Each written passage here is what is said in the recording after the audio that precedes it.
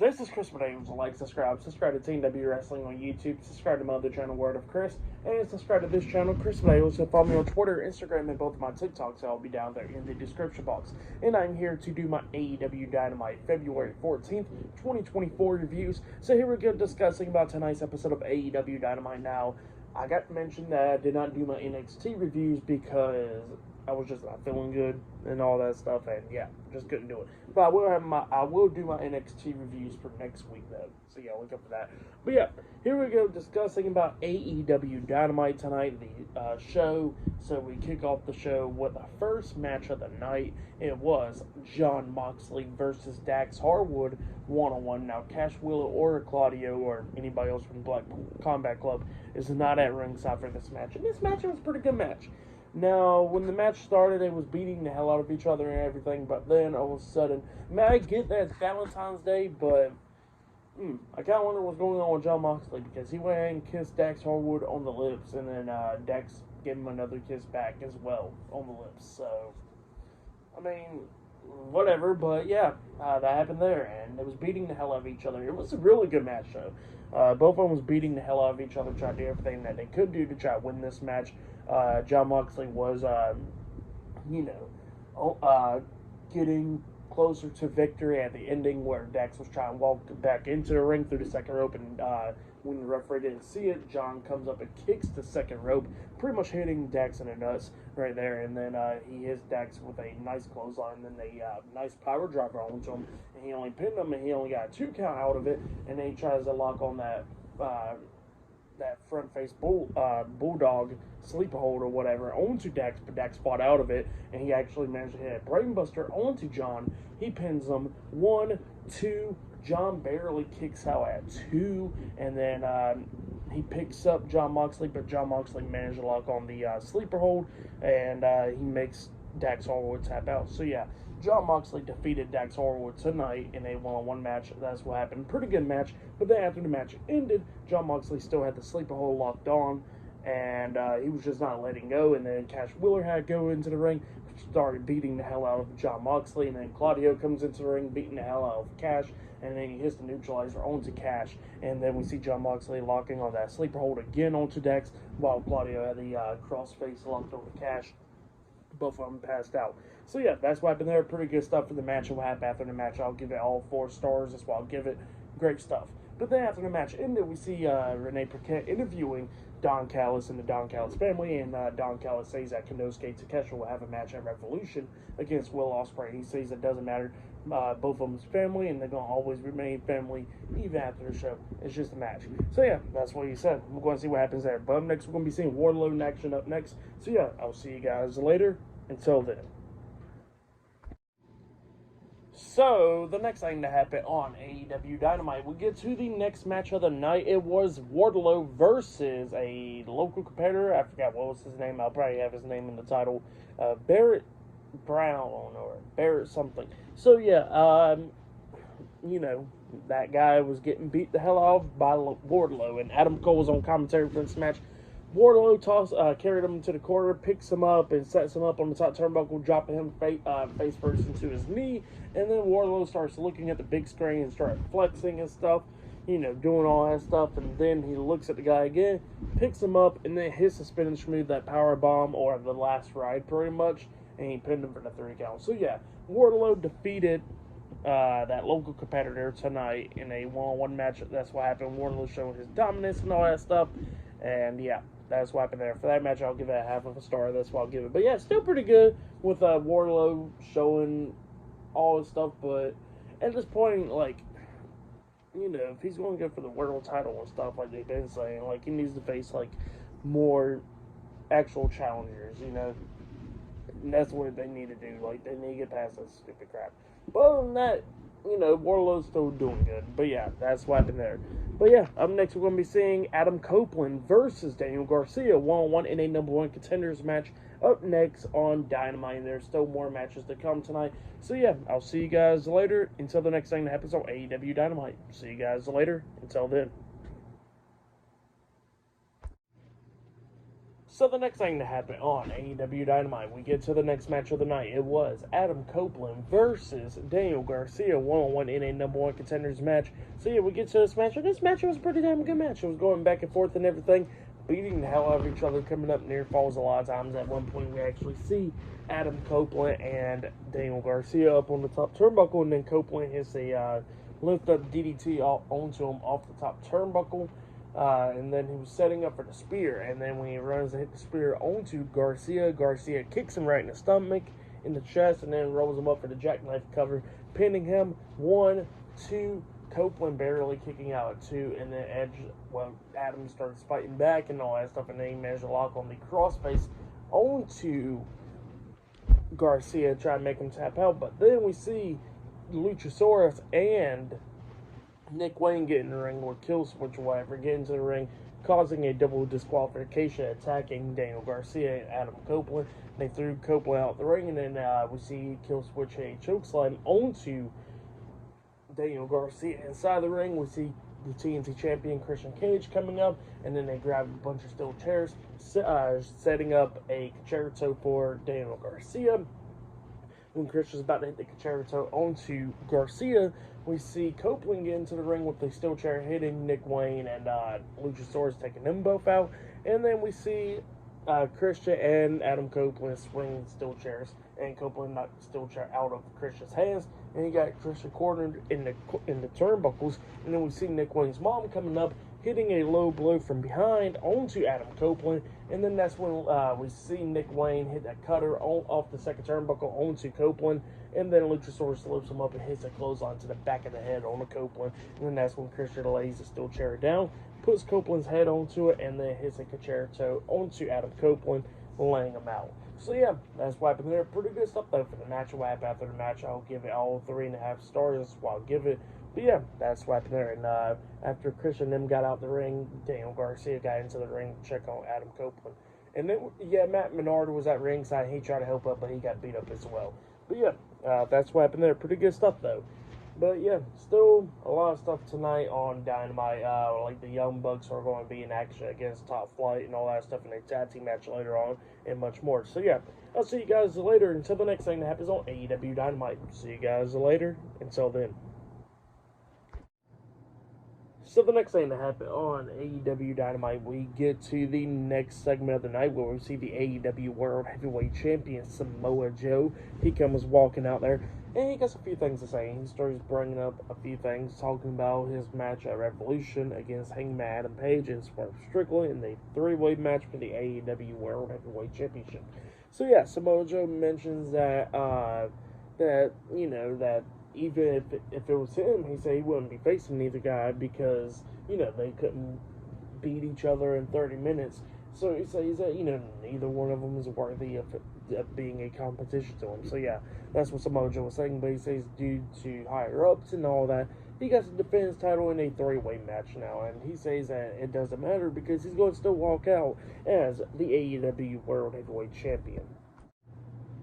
But then, after he started saying all that, we see Swerve Strickland and Prince Nana come out, and Swerve Strickland grabs the mic and starts talking about that he will pretty much go beat Samoa Joe and Hangman Adam Page. It doesn't matter if it's a three-way match or what. He says he's going to beat them both and become the new AEW World Heavyweight Champion. He was talking about how Samoa Joe said that, about worthy competitors. He says that he's more worthy enough because he says he beat former world champions, he beat legends and all that stuff, and he says that he's going to prove that he's the greatest of all time when he wins that match at Revolution.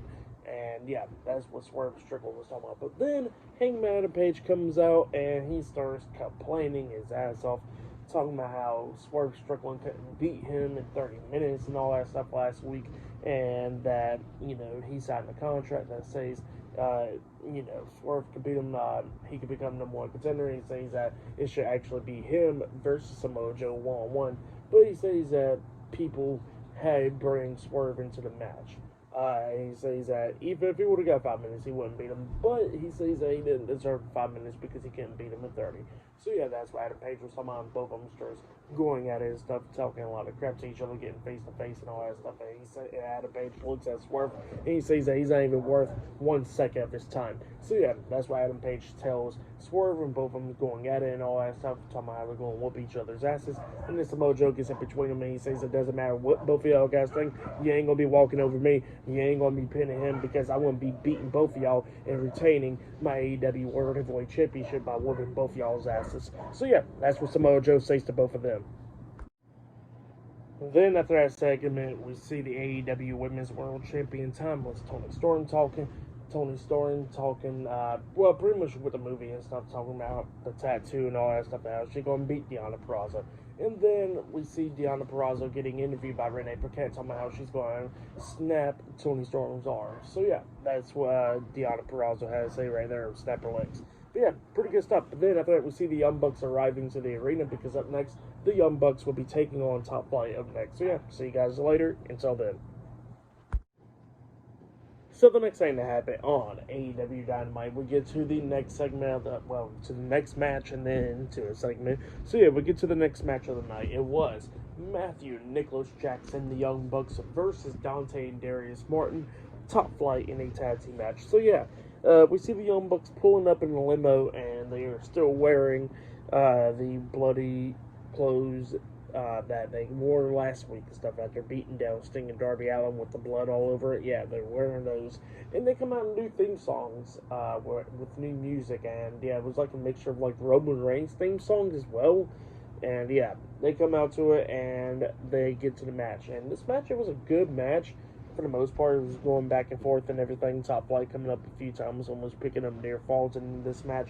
But the Young Bucks starts taking control of this match after they took out Dante Martin, and then they, we see, I think it was Matthew Jackson that was about to get with the monkey flip by Darius, but we see the other one holding on to him, and then Darius hit the mat, and then he went for the pin and put his feet on the ropes, but got a 2 count because the referee spotted his feet on the ropes, and then that's when the referee was distracted by, I think, Nick on the ring apron, Nicholas, and then we see Matthew toss him up in there and kick him right in the nuts, hitting a low blow onto him, and then they hit the EVP trigger onto Darius Martin, pinning him for the 1, 2, 3. So yeah, the Young Bucks defeated Top Flight tonight in a tag team match. It was a pretty good match. So yeah, for that match, what happened after the match, I'll give it all 3.5 stars. That's what I'll give it. But then after the match ended, Tony Schiavone gets in the ring interviewing the Young Bucks, and yeah, he was talking about what happened last week on Dynamite and all that stuff, and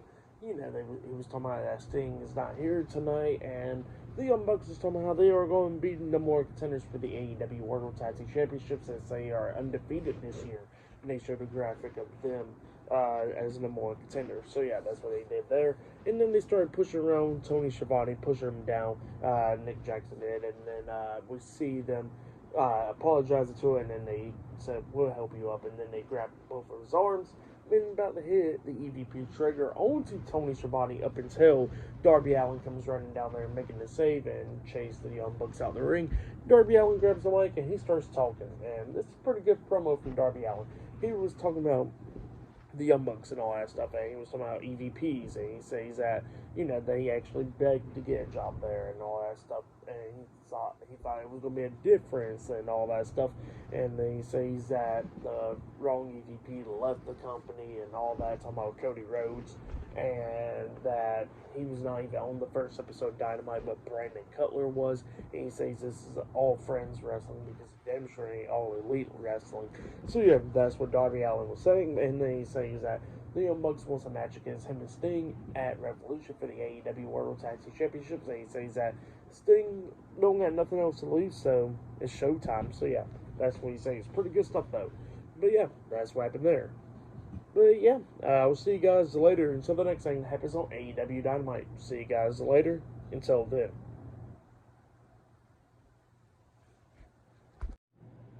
So the next thing that happened on AEW Dynamite, we get to the next match of the night. It was Willow Nightingale versus Sky Blue 1-on-1. Now, Stokely Hathaway was on commentary for this match. Chris Statlander did come out with Willow and Stokely, but she went backstage.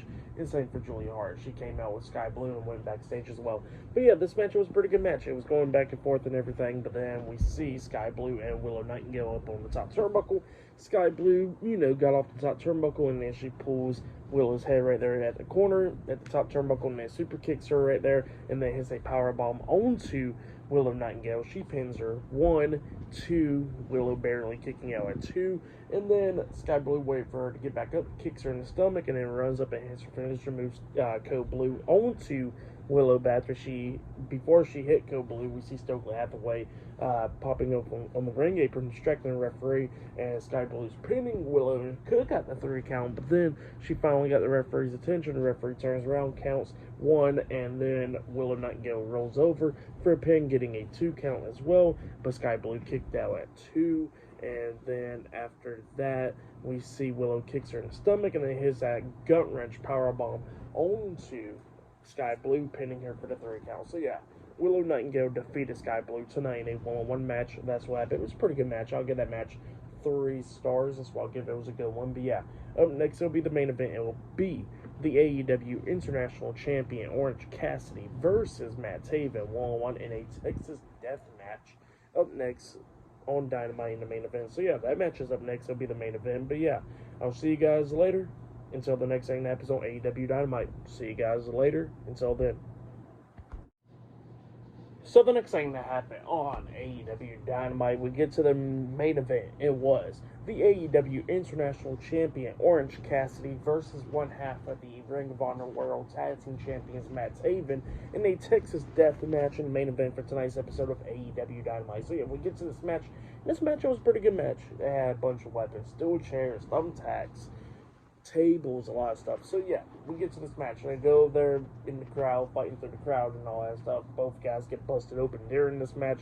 At one point, they was over there by the stage, and we see Matt Taven lay Orange Cassidy on the table and jumps off the stage with an elbow drop on the Orange Cassidy, but it did not break the table. It just broke it a little bit, but not broke it through, really.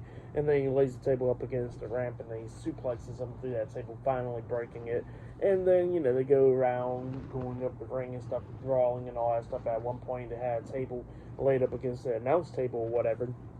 And Matt Taven lays Orange Cassidy onto that table and then jumps over the top rope with a suicide dive, but Orange Cassidy moves out the way, and Matt Taven goes flying through that announce table, hitting the hell out of it, though. And then, eventually, Orange Cassidy brings in pretty much it was a Valentine's Day present from Chuck Taylor, which you'd be thinking was chocolates in it, but instead it was thumbtacks, and he lays the thumbtacks, and then he tries to superplex Matt Taven onto the thumbtacks, but Matt Taven pushed him off the top turnbuckle, and Orange Cassidy lands onto the thumbtacks at one point, and then since he was on the thumbtacks, Matt Taven tries to have frog splash onto Cassidy, but Cassidy moves out the way, and Matt Taven pretty much frog splashed the thumbtacks, laying himself out, and then we see Orange Cassidy hit that tornado DDT onto Matt Taven on the thumbtacks, and he barely got back up as well, with the referee almost counting to 10 and all that stuff.